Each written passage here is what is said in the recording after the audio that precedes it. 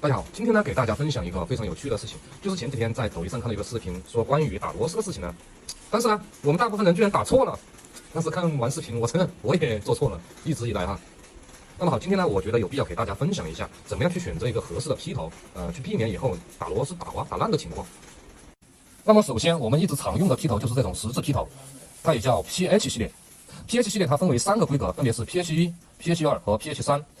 首先 PH1 的话，它比较适合电器的内部的安装和维修。PH2 头部比较迟钝，所以就比较适合大部分的水电安装作业。PH3 它适合大扭力的一些螺丝的安装，所以 PH 系列它足以满足我们日常安装的大部分需求。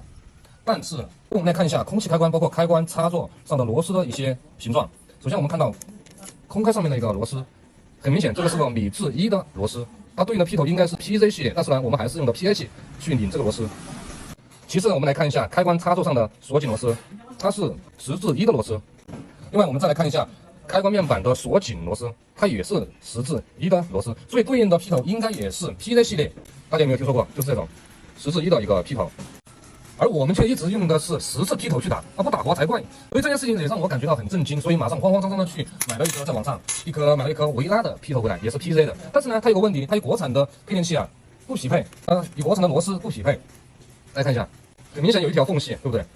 不匹配。所以呢，我又慌慌张张的去托朋友买了一颗微微的劈头回来 ，PZ 的。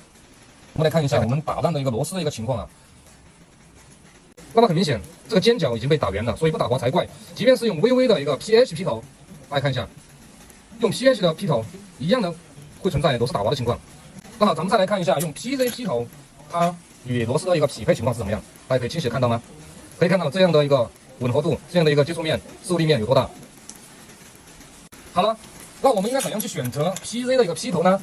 接下来我告诉你。那我手上拿的这2款就是 PZ1 和 PZ2。那么 PZ2 的话，它适用的一个场景肯定是我们的一个空开，空开的一个漏电保护器的下端这一款。大家看一下它的匹配情况，好，再来看一下4毫米的一个螺丝的匹配情况。大家看到没有？看清楚没有？那咱们这一款 PZ1 的劈头适合哪些呢？它比较适合开关、插座和我们的锁紧螺丝。来看一下它的匹配情况。这个是原装的一个锁紧螺丝，大家看一下。